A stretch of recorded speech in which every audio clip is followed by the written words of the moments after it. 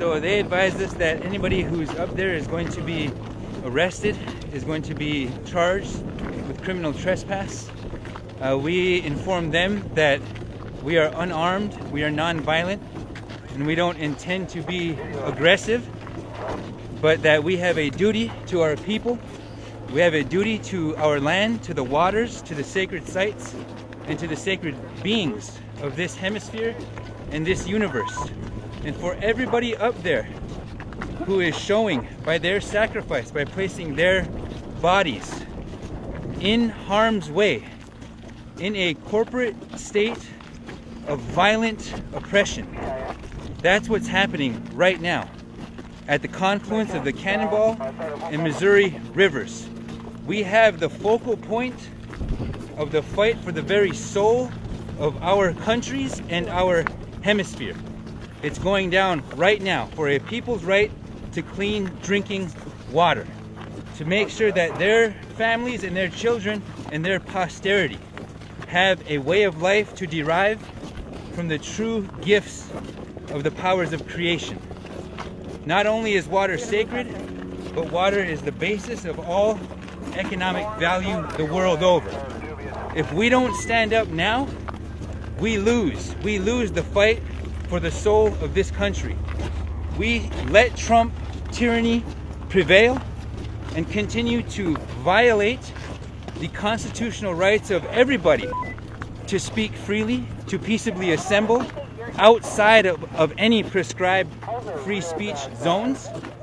We allow them to illegally search, seize, and surveil every citizen in this country. We have political prisoners like Edward Snowden, Chelsea Manning, Leonard Peltier, Mumia Abu-Jamal, people who fled Assata Shakur in North Dakota. We have Red Fawn Fellis. We have 600 people who've been brutalized, who've had their rights violated by Morton County, by the North Dakota National Guard, by the North Dakota governor, by the North Dakota Republican-led legislature, and North Dakota media. We have a collusion to demonize, dehumanize, and continue to expropriate from the original caretakers and owners, superior sovereign title holders in this hemisphere. And this is time that we stand up. It's our turn now. So that's what's happening here today. People are willing to step forward. They're willing to get arrested. They're willing to say no more. Trump is not going to degrade us as human beings the way that him and Steve Bannon are trying to do, not only to us, but to the world.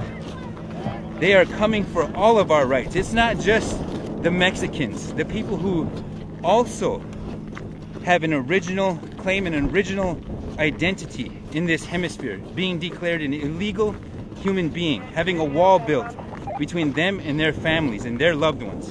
It's not just the entirety of the peace-loving Muslims in this world who are being discriminated against, who are having their rights violated right now. And you see all over our country, this is our country.